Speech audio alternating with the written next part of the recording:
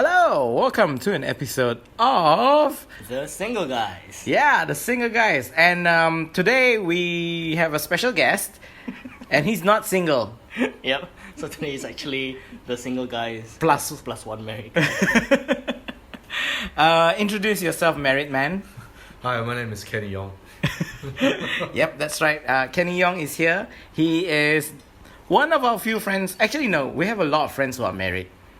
I think there's more of us which are single than married. Really? Yeah? No?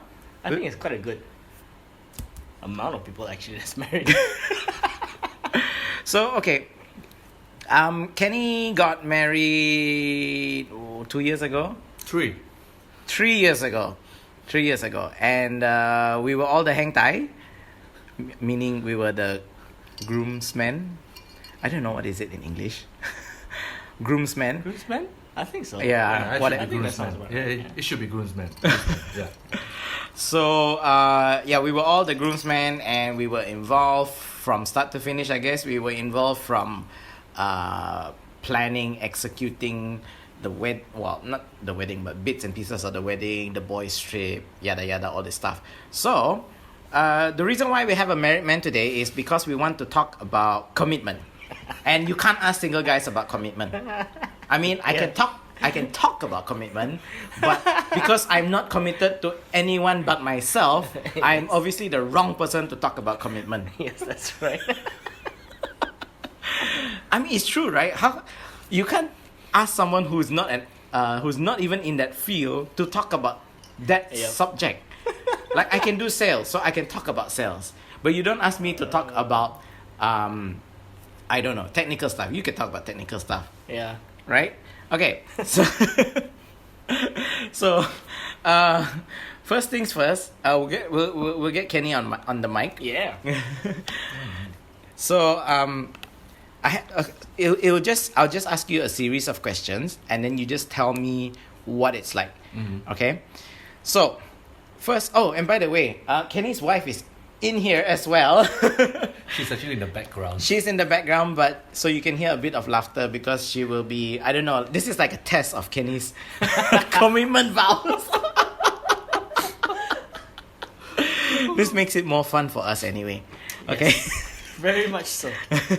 So the first thing I want to ask is, how do you bring yourself to commit?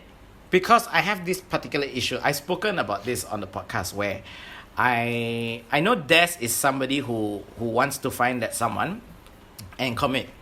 For me, I have this issue that even if I find someone, I'm very selfish with my time. I'm selfish with my just the things I want to do. Like if I want to eat at a place, I don't want to go and ask my wife or my girlfriend.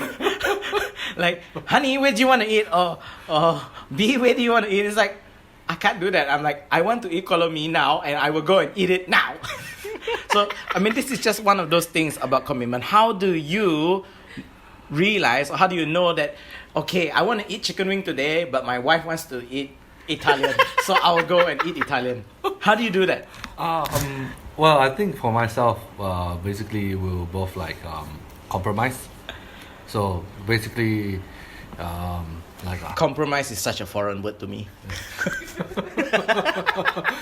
because usually the thing is, with my wife, we actually love foods. So basically we were like, I will ask her like, okay, today what we want to eat? Because sometimes I wouldn't have any ideas of what we want to eat also, but my wife would start, she would come up with like, oh, let's have this. But some certain points we would disagree, but at some certain points that we will agree. And let's say today that we have a different point of view, so it depends on how the understanding between us. Somehow I think this kind of got into a bit of a tangent into how to actually decide on one single place to eat. Yeah. Maybe the kind of question that maybe we should look a little bit into, Kenny, if you will. It's what made you realize, at which point, when you were still dating, that enough of dating, let's get married. Was there a shift? Like, what caused you to think that It's enough time. of dating is time? That's I think basically that is, but for me, I know my wife before we got married. Like I think what 4 or 5 years together. We were basically around that. She's looking. Yeah, This yeah. is a test. But then What's the four? answer? How many years? Is it 4? Is it 5? But basically, I can be honest. I'm very bad with the dates. So yeah, yeah. Well, for me, during a time period when I was with her, well, we started off a bit rocky. Excuse me. Yeah, sorry. I just burped. So, we literally didn't talk much at all, but we always we contact through phones and everything. But we do, and then at some certain point we talk on the phones, and then we were being together. Then after that, when we got together, Then you realize, I can live with this woman. no, that's basically true. Cause But how do you realize that? So that's what's now the thing is the thing that I love about her most that she accepted me for who I am. okay. Yeah, because I think that's basically the main points. Because, like if for any couples that who couldn't accept for who they are, Yeah. or what they are, during the time period, it would be very hard. Of course. But then even though two worlds are different, but it always will come. So to so someone. it's like accepting the person at his best and at his worst. Yes. Yep. But how do you decide you're willing to accept that person at his best is easy. But how do you decide that you're willing to accept this person at his worst? Because again, I have this particular issue where and I think Des has this same issue also where Des has mentioned before where if the girl is like very mood swing type and he can't handle that. And for me, I'm a bit more patient, Yep. but I also have a limit. So how do you know at her worst you'll be like, oh, it's okay, I still love her, I will go through with this, I will marry her. Oh yeah, that's right. Oh no, for me, I think my patient levels is quite, I think, off the chart. So you're saying you're very patient or not patient? Patient. You're patient. Yeah, because I ever did once like when we were still dating, so she got work, so she's having OT, and basically I have nowhere to go, so I waited for her to pick her up from work. So she has OT like I think about 12 in the midnight, nearly 1. Wow. So I waited till that time. Yeah. And then That's dedication right then there. after that, Then you're like, I'm committed, I can wait till midnight. well, If I can wait until midnight, what's a couple of years? Yeah. What's a couple more decades, right? I mean, the thing is, well, my wife has accepted me for when I'm at my worst, and I also did the same thing that I accepted her at the worst, because during the time when we were dating, well, she told me a lot of stuff. So basically, I think for any of the guys that for girls that we're just barely dating, when they come up with their problems, they tend to Run away. not say run away. They tend to, yeah. I think that sounds like me. Oh dear. But I do kind of get it though. In that sense, I think it does reflect on a lot of what we have mentioned before. Like in the sense, you know, you being able to accept the person at their worst. I think is testament in a lot of ways that if you can take that, then all the other things don't. They're smaller It's pebbles, just, lah. yeah, just It's small small pebbles, lah. So we have to go through shit before we get married, is it? Yeah. But then the thing is like during when you're dating and when you get married, you're still learning from both parties. Because sometimes when you're in your honeymoon phase, it's still a lovey-dovey type.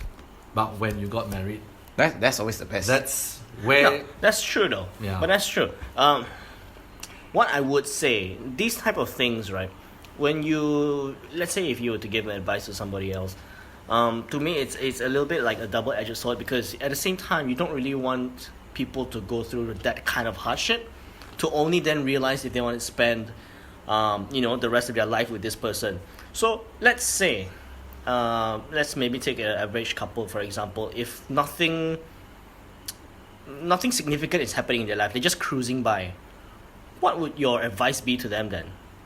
For them to recognize, like, are they ready to commit? Or is it unrealistic?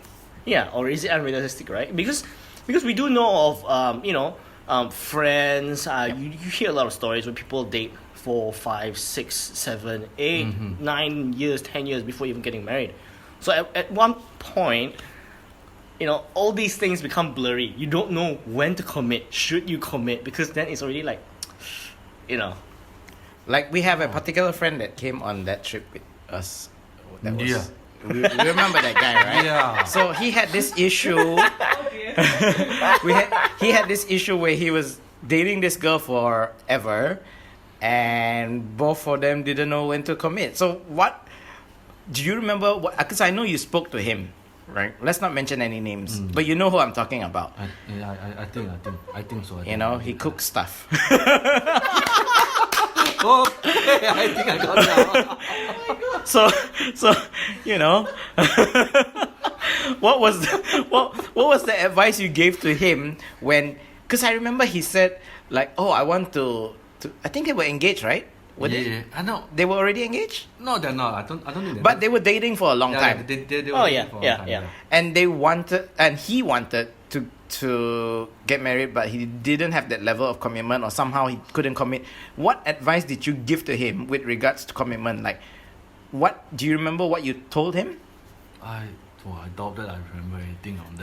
There was some drinks involved as well, Yeah, so so- that might have caused memory. Yeah. memory loss. But on a clear mind, I mean, the always the question that always pops up in my mind when people say that they want to get married, they have gone through like a few years together, this and that. The main question that I always ask is, are you sure you are ready? No, that's me.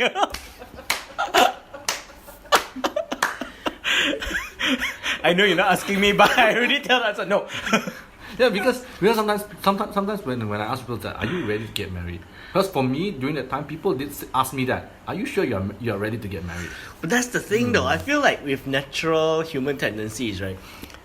People, more often than not, they know that they're not gonna be ready. Like, you know what I mean? If you're starting a new job, if Yeah. you're starting a new relationship, if you whatever that is new, people will always feel that they're not ready. They're not ready to become a dad.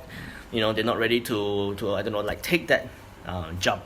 Yeah. So, yeah, that does become a bit tricky. Okay. I think in one of our previous episodes, we also spoke about the length of time that somebody has been dating. So, I remember Des mentioned this. Des was like, "Oh, if you are dating for a year or 2 years or something after that, then you get married. Like you're not like Des. I know you're not a fan of getting married after like 6 months, that kind of thing, Yeah. right? Yep. No, I also Yep. not a big fan. Correct. That's correct. Yeah. So you see, I have a different mindset when it comes to that. For me, if it feels right, even after 6 months, I still go for it. So, do you have a fixed time in which you should be dating before you get married? I mean, from a married man, I think it has better value than coming from two single guys. Fine. Well, I think I don't know. For me, I would think maybe a year to year and a half. A year to a year and a half. Yeah. That's correct. Because I would feel like like you see, one of the good things that you can ask about someone who has been married, right, is compared to dating. Let's say if you've been with a girl, or if you're a girl and you've been with a guy, right? Usually, the first year can be considered like a honeymoon year. You put on your best performance, your best, you have a absurd amount of patience with each other and loving each other and things like that. There has to be a certain point where all that sort of dissipates, and who they really are shows, right? Yeah. And then because when you're with someone for so long, you've got nothing to hide already. That's all the more when you're married, right? Yep. You see True. the not so good sides along with the good sides, of course. But you get to see the not so good sides, right? More transparently. Yep. So the question is, for you, at which point do you say, like, in a relationship that you got to see more of the ugly side? Not to pick faults or anything, but to know that, hey, this is what I'm really getting myself into. To look. Dude, that sounds like a loaded question. I can't even. I think I know why I'm single. For me, I'm still trying to process something from what this is like. That is Because a it's like loaded something question. Like it punch out with a lot of different- I'm like, okay. Obviously, I think too much, right? Because obviously Des is more ready to get married than the actual married guy. The only thing is, I don't want to be taken by surprise. You know, there's a lot of things nowadays. You know, especially with girls. You know, you can cover a lot of things with makeup. Yeah. It's that kind of thing in marriage where, you know, I don't want to wake up one day and be like, I don't know this girl. I want to know this girl, the bads and the good, and yeah. That Des doesn't like surprises, I think. I think so. Yeah. He doesn't like surprises. Well, I did this. I mean, I did this to my wife before we got married. Because the thing is, I told her, I said, on the start of when we were dating, I told her, I'm going to be pretty honest with you. I'm going to be myself. Whether or not you can accept it, it's up to you to decide. Because I mean, for me, I did tell her that when we trying to be together, I told her, I said, it's your choice. Whether or not you can accept me as this guy. Because I told him, I said, I'm not going to put up a face or facade on me. Because to me, I swear a lot. Sometimes I drink and all. Oh, yeah. So, I'm surprised the swearing hasn't actually gone up in this show. It has been very, very disciplined. so I mean, for a few years, I think my wife put up with me. Which I'm actually I'm very quite surprised. Because for people that I know, right? I guess that is quite a big thing, right? If the girl can put up with you. I can put up with it. Oh. Well, yeah, I'm more interested in in her putting up with you, because I obviously want to put myself in that situation. If the girl can put up with me, ooh, okay. Yeah. Because as a couple of times, I mean, I think we, I don't know, I tend to Swear, drink. so I drink. I mean, to her, for her, when she saw this, it's like not a big deal. I was like, okay. Okay. I'm quite surprised. And then I tend to have a short fuse. Right. Before I was, a bit patient. I've seen that on the basketball court. Yeah. Actually, it's still happening till now, but I'm trying to put myself down. So at some certain points, I always have this passive and aggressive moment. Yeah. So my wife put up with me with that. I mean, yeah, she did. She did tell me about it. Like, so I was like, oh, I kind of realized that. So on my worst day, on my worst time, yeah, I show it to her. And she stayed there for you. She stayed there for me. That's brilliant, man. The thing is, she's my biggest. Thumbs up to Eileen in the back. Yep. For being super accepting. The question is, can you find a few accepting girls for us? You know, people like maybe of yourself, like you twin characters or something. I mean, she knows before she even knows me. I told her that I go to party. I went party like before I even know her. I went like So what's changed?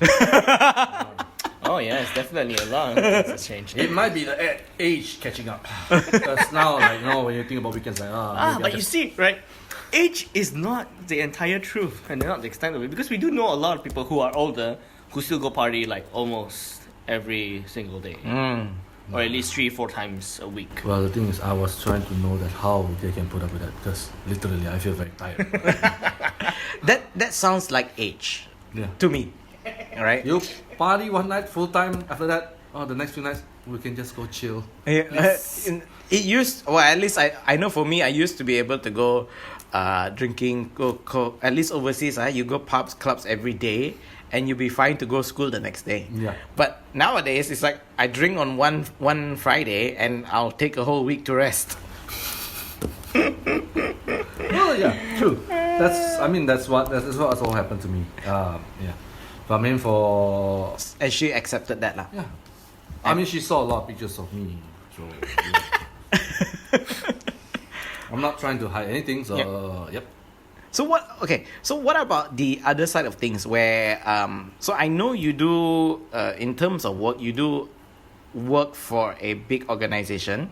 You also do some gigs on the side, like was she there when you were doing the singing, when you were doing the acting, and like how how did your relationship, was it affected during those times where you had to do like late night filmings and all that stuff? Singing, during my singing period, she wasn't there. Ah, Yeah, she wasn't there. YES. Look it up. Is it on Spotify? No, it's not. It was never there. It was never in there at all. So, Maybe we should find some way of uploading. Is it on YouTube? no, it was also never in there. Also, We have to find this YES, man. You Come on. Sure, I'm very sure. She wasn't in there. Well, she was there when I was. If we find it, we're gonna post it on our Instagram. What's our Instagram called? The Single Guys. The.single guys. The.single guys on Instagram.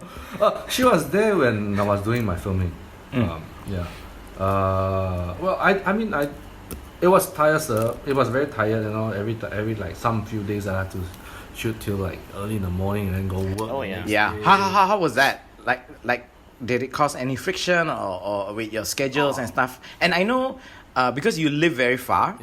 Yeah. You also still drive her to work. Mm-hmm. And how did your filming in the middle of the night, then going home very far Well- to sleep for an hour or two, and then wake up really early? Well, I actually told when I was doing the filming, I actually told the cast everything was that I only can film on Saturday and Sunday. Ah. So I'm trying to like fix up my schedule. See, that's commitment. I don't know if never mind. That's his commitment to his wife. Can you do that? Of course. Well, Well, I mean, at some certain times that I would like, you know, like, because usually Saturday, the weekends is like most of the time that I spend with her. But sometimes I would just, I mean, like, though I'm gonna shoot late at night, like, I have to know my schedule, what time it's gonna be. So I will spend time with her first, then after I send back home, then I go for my shoot. see, that is commitment. Yep, that's a very smart man right there. Again, I'm not sure if I'm ready for stuff like that. I'm like, no, I want to do this now. Okay, how about so when it comes to getting married, there's one, or at least when you start dating, right, during the romantic phase, people always don't include one important element that will become a big factor when you are married, and that is family. So your family's acceptance of her and her family's acceptance of you.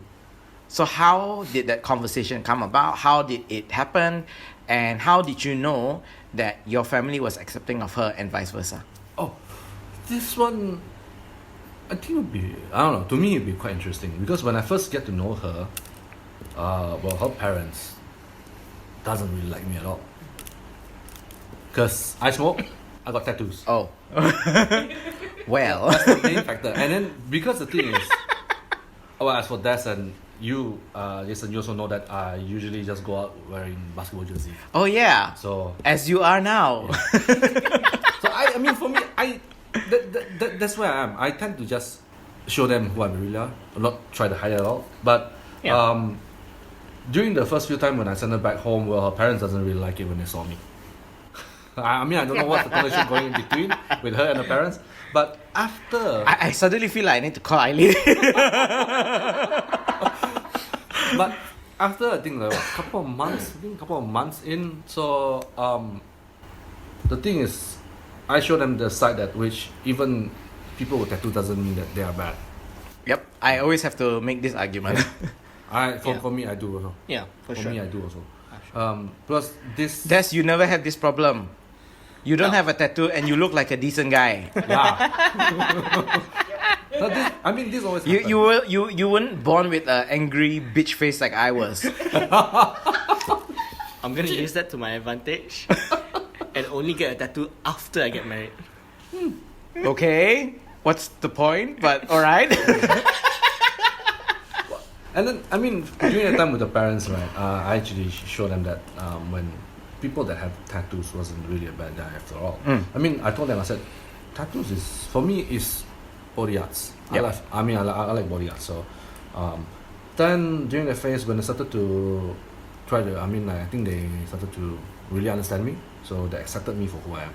Okay. And then eventually the dad also was quite like, but I mean the dad, I think sometimes they were still kind of, I mean during that time that he's still like, because I smoke. Uh-huh. So yeah. Okay. He my father-in-law now did told my wife that, yeah, why am I smoking this and that? So Yeah. Hello, yeah, this boy No, no.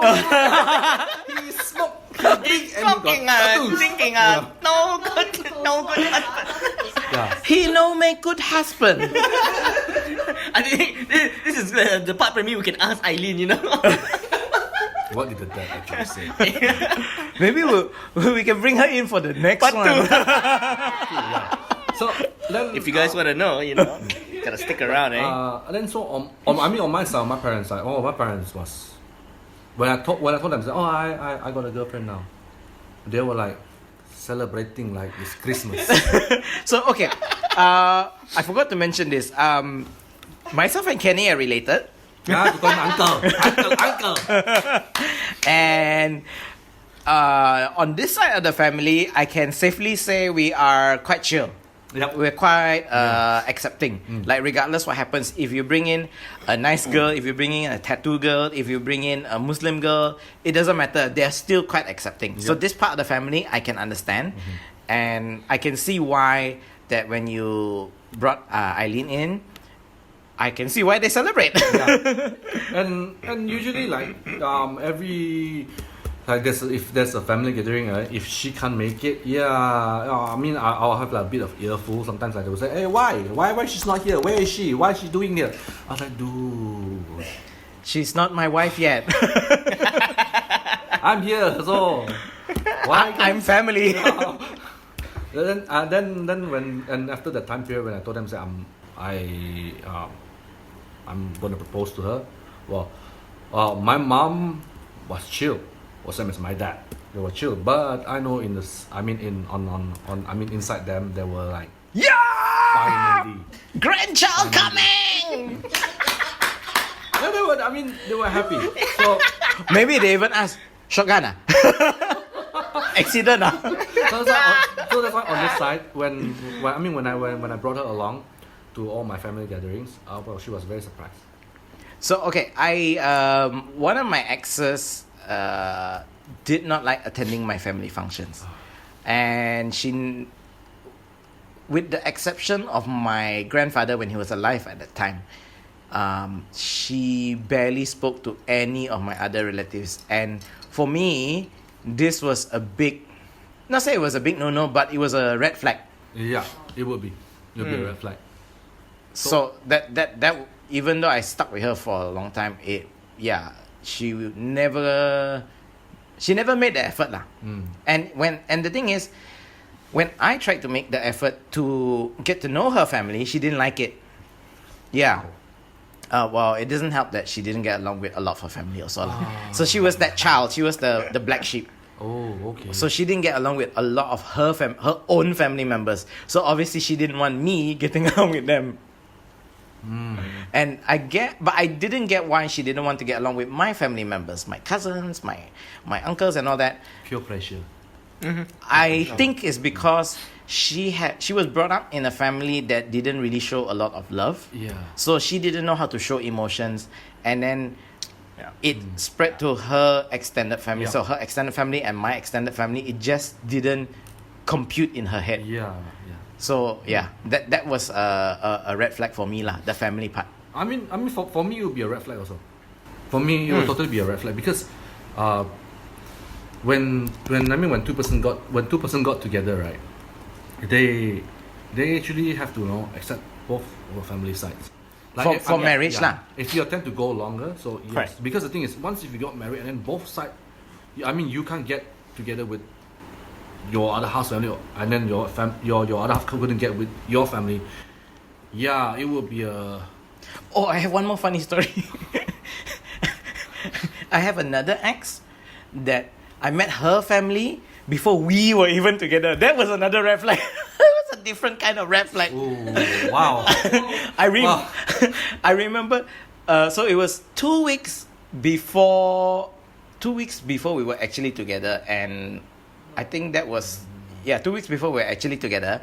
She told me, she said, "Hey, so because it was before Chinese New Year, so she actually asked me, said, "Hey, my parents and my brother, my parents, my sister and my brother-in-law are going to the temple to pray. Do you want to come along?" She told me, "I know you're not Buddhist, so but come and company lah. I was like, yeah, sure, why not? I'm just gonna company, maybe drive the car, be the driver, whatever, fine, I'm okay. So then when I went with them and we drove to Limbang, to the temple, so I was waiting outside the temple. Okay, I was like, yep, none of my business, I'm just gonna wait. And then all of a sudden when they finished doing their prayers and all the stuff, reading for Chinese New Year, suddenly she called me, hey babe. I was like, in my head, first of all, I'm thinking, what? You call me babe? We were not, because we were not Wow. we were not together at the time, right? So I'm like, huh? Okay, never mind. I reacted. I was, huh? And she's like, do you want to come in for a while? It's quite hot. Okay, I'll come in. I went in the temple, and then the monk asked me to sit down. I was like, why is the monk asking me to sit down? And then sit down in the front there. Then she sit down next to me. And then the monk asked me, when's your birthday? I'm like, Wow. okay. Wow. Already on the count already, you know. Correct. So that is what actually happened. So what happened was the mom was actually asking the monk to read our fortunes together. Wow. Before we were even together. Wow. Oh, that would be a red flag. That was a different kind of red flag. That was a different kind of red flag already. And so then I was like, I got tricked. I mean, I don't when that. I mean, I didn't have that like what you have before, but what I had before was like, I was with not with yet, but I kind of met back with one of my friends that we used to study together. So, I mean, during the time like I went to pick her up everything. So and we were not together, and eventually I met with the mom.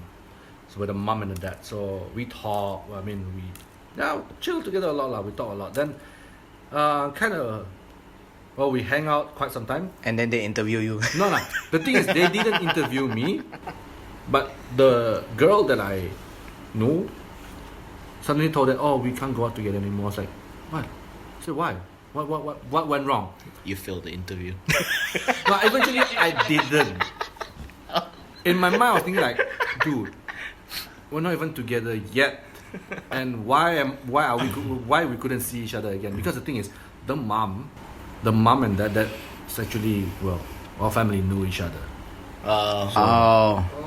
I see. So it wasn't a big of a problem. But the thing is, when she suddenly said, "Oh, we couldn't see each other," and it was like, we're not together. So this particular ex that I mentioned was the same ex that I previously said I wasn't too sure whether I wanted to be with her when I proposed to her. But one I have the most funniest one is I was together with this girl. I think I did tell my wife before, so my wife know about this story. Ooh, nothing juicy. But it here. wasn't really that details when I told her. So I will tell you later. Ooh, something juicy. you know. So I was with this girl before, and then one of my friend was with the sister. So we went over the house for a birthday party. The elder sister's birthday party lah. Yeah, see, she knows. Yeah. She's like, oh yeah, I know this. I was with the younger sister. So most of us we were staying in the house because we don't drive or anything, so we stay in the house. During time period, right? When I was with her, the dad didn't approve at all. The dad eventually doesn't think that I'm suitable for the daughter. So during the time when the elder sister was having a birthday, so I went there. And I went to talk with the mom. We have a conversation, and then the dad we have a conversation. I eventually have a conversation with the dad till in the morning, and then the next day I have to go for basketball, and I have to follow their car to send me to a basketball competition. But then at that time, me and her has already parted our way. So the dad told her that said, "Oh, this guy was actually quite great, quite good. He's civilized and everything." But the daughter told the dad, said, "We are not together anymore."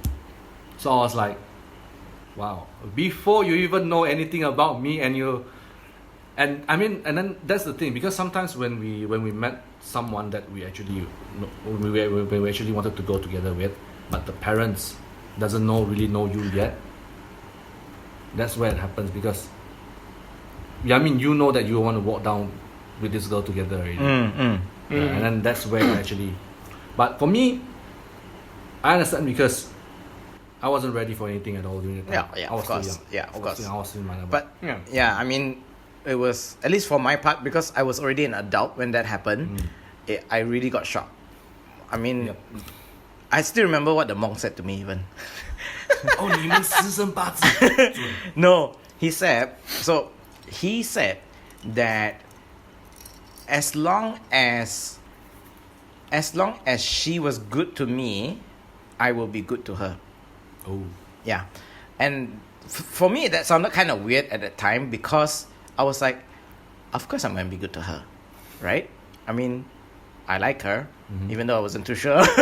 I liked her, but I like her enough to at least want to try, Yeah. right? And then when the monk said that, I didn't get it. After we were together and then eventually broke up, I realized why he said that. Because during the time of our relationship, I was always good to her. Like, I was better with her. But she had temper tantrums. She threw her phone at me. She threw her MacBook at me, which I caught because I was like, "Are you wow. fucking crazy?" Free, bring it home. You want a SIM card? I give you back. That's it. No, like, she had mood swings and she had, I call her the crazy ex-girlfriend lah. And so I realized after we broke up that I know why the monk said those things, because I was always willing to forgive her, but she was never willing to do her part and be reasonable. So as long as she was not reasonable with me, I would never be with her. So it made sense after we broke up. Yeah. Yeah. I mean, that's always the case. It's always like that. Yeah. So that, I mean, it's always like that. Because, like, let's say you're trying very hard to... I mean, it's vice versa. It doesn't matter whether the guy or the girl. Right? But... Yeah, this... But to have a guy predict that is like kind of spooky. But when we were together, we didn't really think about it. It's only after we broke up that we're like, oh, this guy made sense. Okay. Anyway, we have gone on for very long. I would like 3 minutes to 40 minutes. we would like to close out the show. Thank you very much, Kenny, no for coming on. Where can people find us, Des? They can find us on Instagram at the.singleguys. And also our email, thesingleguys.podcast@gmail.com. And I finally fixed our Spotify and the iTunes link. So we're now available on Spotify, Yes, we're available. iTunes, IGTV, and on YouTube.